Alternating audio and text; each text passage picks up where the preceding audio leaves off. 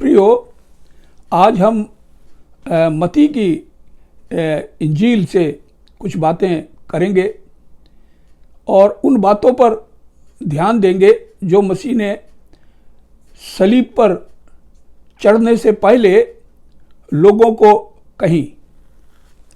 22वें अध्याय में उसने जो बयान किया है वो उस राजा का बयान किया है कि जिसने अपने बेटे की शादी के लिए बहुतों को इनवाइट किया मगर उन्होंने इनकार कर दिया। 23वें अध्याय में वो कहता है कि फकीर फरीसी जो तुम्हें कहें उसको सुनना और मानना, पर उनके से काम मत करना। 24वें अध्याय में वो हैकल के डिस्ट्रक्शन के बारे में बताता है और यरूशलेम के उजड़ जाने के बारे में उसने बयान किया। आज हम 25वें अध्याय के बारे में देखेंगे जिसमें प्रभु ने अंतिम घड़ियों के बारे में बताया है, जब प्रभु की सेकंड कमिंग होगी उसके बारे में बताया है और 3 पैराबल के द्वारा इस बात को लोगों पर प्रकट करनी चाहिए।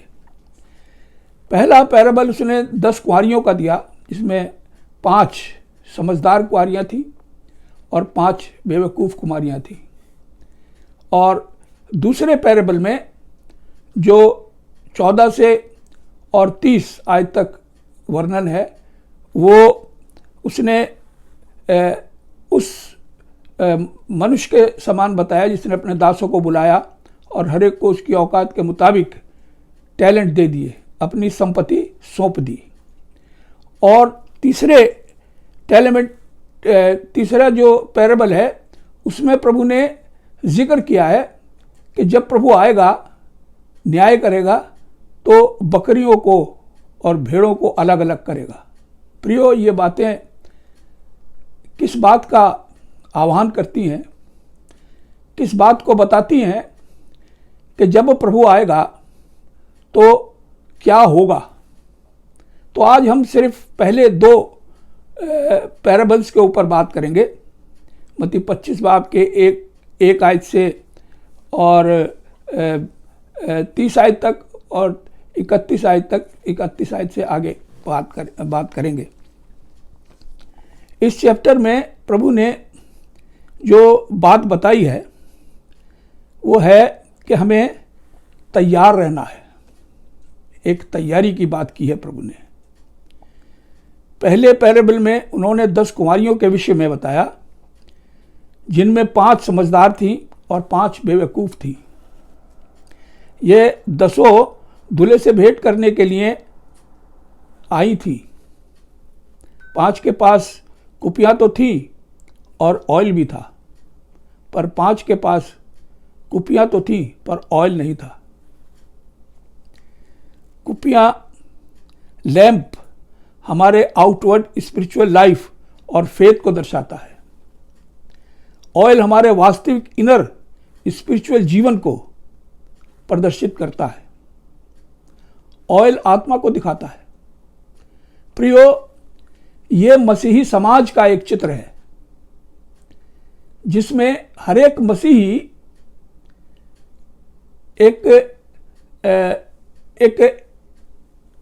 एक शुद्ध समाज का प्रतीक है। परंतु कुछ मसीही लोग आत्मिक रूप से भी तैयार हैं और आउटर शो भी है उनकी और अंदरूनी तरीके से भी आत्मिक रूप से भी तैयार है। मगर कुछ मसीही लोग सिर्फ बाहरी रूप से तो तैयार हैं, वो अपने आप को मसीही मानते हैं, लेकिन उनकी इनर प्रिपरेशन कुछ नहीं है। जब विपरीत परिस्थितियां आती हैं तो उनके दीप बुझने लग जाते हैं, तो उनके पास वो आत्मा नहीं है जो उनके विश्वास को जलाए रखे। और फिर वो विपरीत परिस्थिति आने वाली है संसार के ऊपर। ऑयल हमारे वास्तविक इनर स्पिरिचुअल जीवन का प्रतीक है। ऑयल आत्मा को दिखाता है। इसका अर्थ हुआ हमें इनवर्ड स्पिरिचुअल तैयारी भी करनी है और आउटवर्ड स्पिरिचुअल तैयारी भी करनी है। हमें जाहिरा रूप से भी मसीह के गवाह होना है और अपने अंदरूनी रूप से भी तैयार रहना है। हमारी मसीह यीशु दोनों गुण हमें चाहता है। हमारी गवाही का प्रकाश दूसरों पर पहुंचे और अंदरूनी आत्मिक जीवन भी भरपूर रहे। सेकंड पैराबल जो 14 आयत से 29 आयत तक दर्शाया गया है, इसमें दर्शाया गया है एक मनुष्य परदेश जाते समय अपनी संपत्ति अपने दासों को जिसकी तैयारी हैसियत जिसकी जैसी हैसियत थी उसने उसको अपनी संपत्ति सौंप दी। लिखा है एक को 5 तोड़े, दूसरे को 2 तोड़े और तीसरे को 1 तोड़ा देकर चला गया।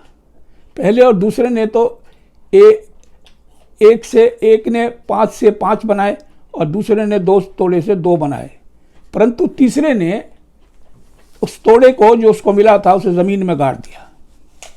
तोड़े टैलेंट एक सेवा सर्विस को दर्शाता है। हम मसीहों को अपनी सेवा के लिए चुना है प्रभु ने, और हर एक को उसकी योग्यता के अनुसार सेवा सौंपी है। प्रभु यीशु हमें नामधारी मसीह नहीं चाहता, पर चाहता है उसके लोग जिस सेवा के लिए चुने गए हैं ठीक ठीक फल लाएं। प्रियो, सेवा से तात्पर्य है प्रभु ने हमको एक आत्मिक सेवा दी है।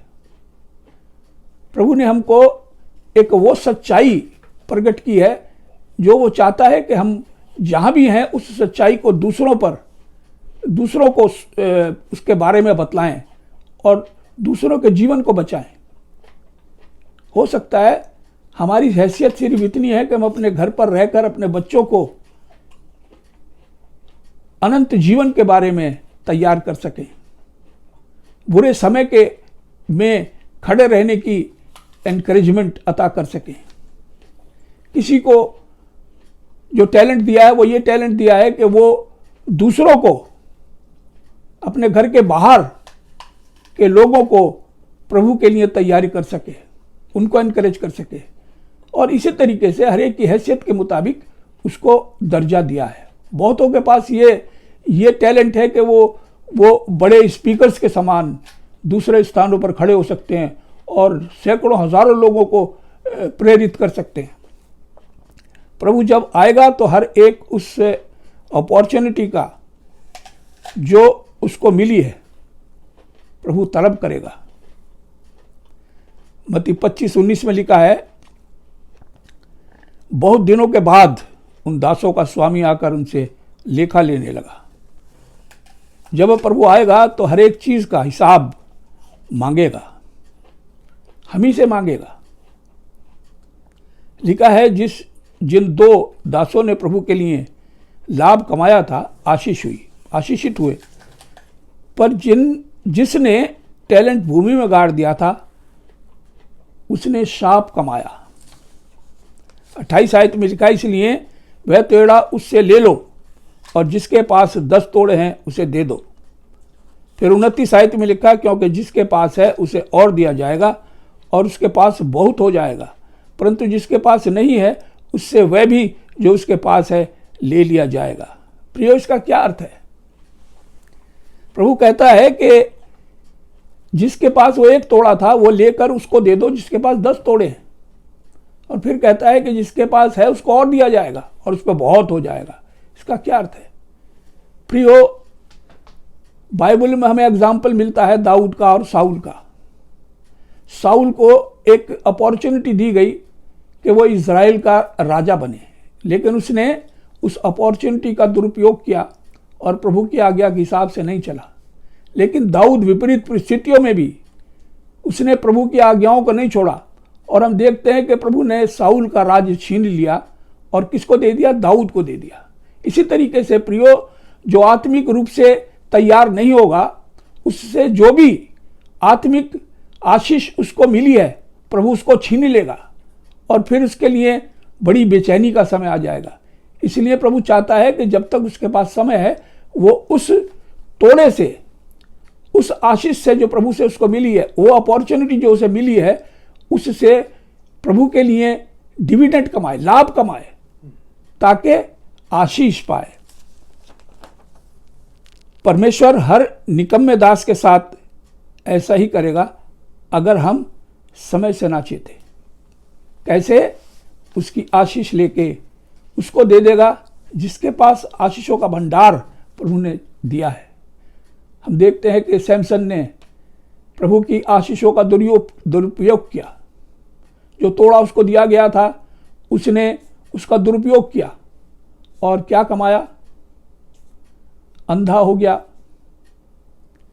और जीवन भी गंवाया, इज्जत भी गंवाई और प्रभु के लिए एक बदनामी का कारण बना।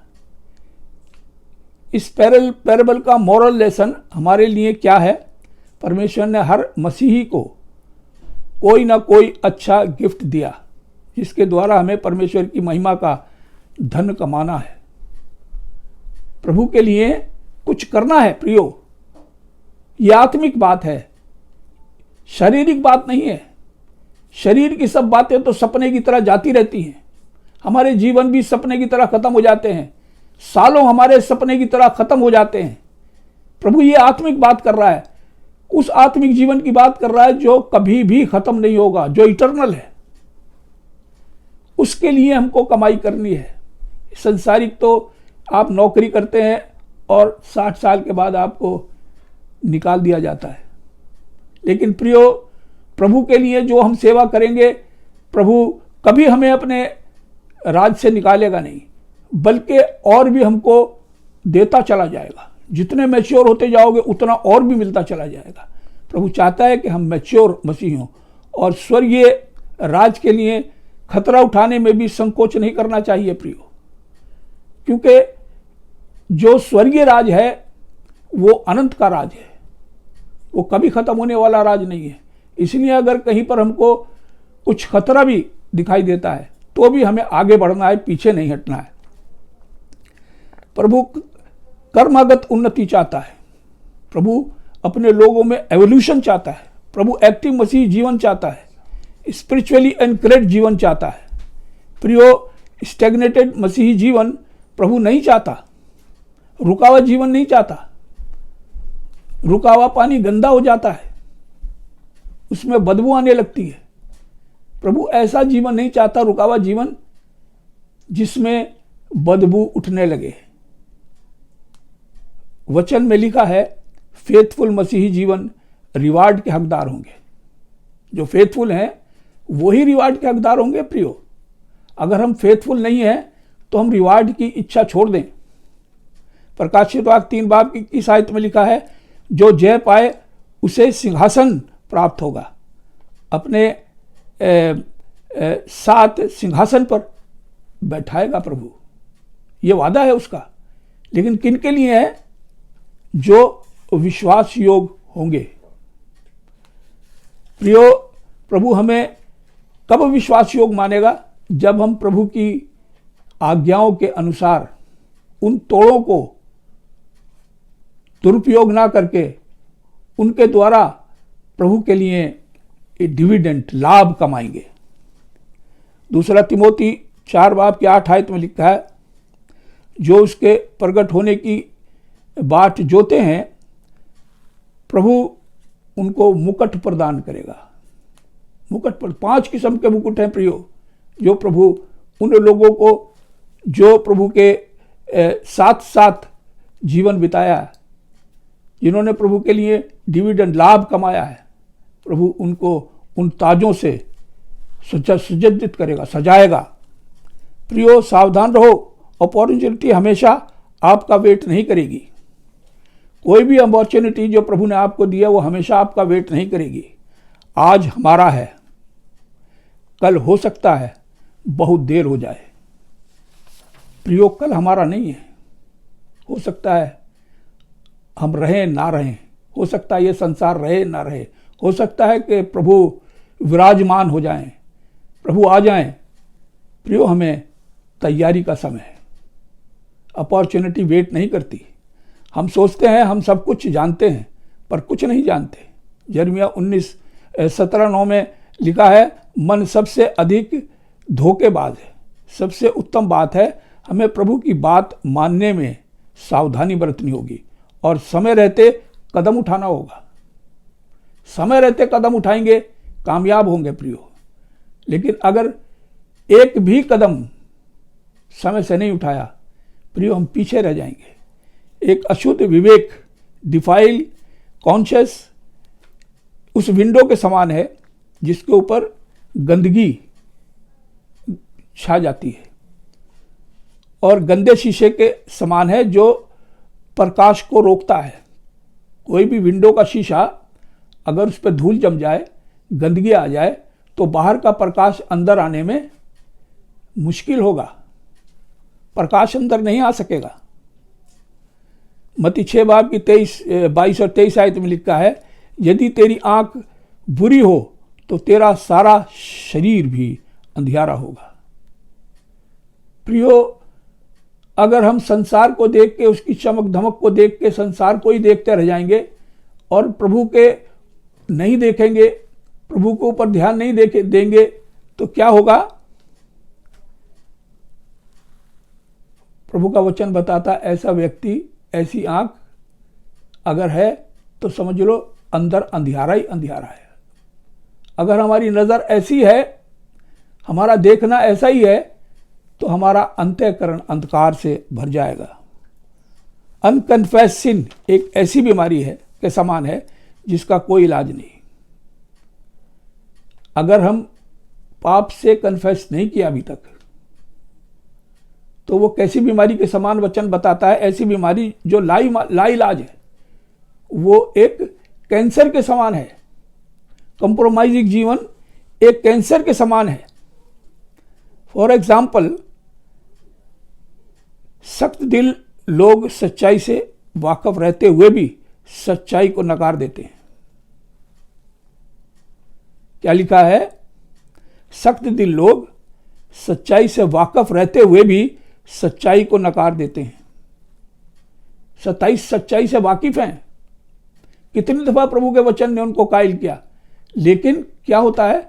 वो नकारते रहते। 1 साल के बाद दूसरा साल, दूसरे साल के बाद तीसरा साल, और सारी उम्र ऐसे ही निकल जाती है। नीति वचन 4 बाब की 23 आयत में लिखा, सबसे अधिक अपने मन की रक्षा कर, क्योंकि जीवन का मूल स्रोत वही है। हृदय ही जीवन का मूल स्रोत है। क्या है? अगर हम हृदय को कंट्रोल रखेंगे प्रियो, तो जीवन का मूल सोर्स, मोस्ट इंपॉर्टेंट पार्ट वो है। दूसरा करंथियों 7 बाब की 1 आयत में लिखा है, सो हे प्यारो, जबकि ये प्रतिज्ञाएं हमें मिली हैं, तो आओ हम अपने आप को शरीर और आत्मा की सब मलिनता से शुद्ध करें और परमेश्वर का भय रखते हुए पवित्रता को सिद्ध करें। प्रभु अपने वचन पर आशीष दे।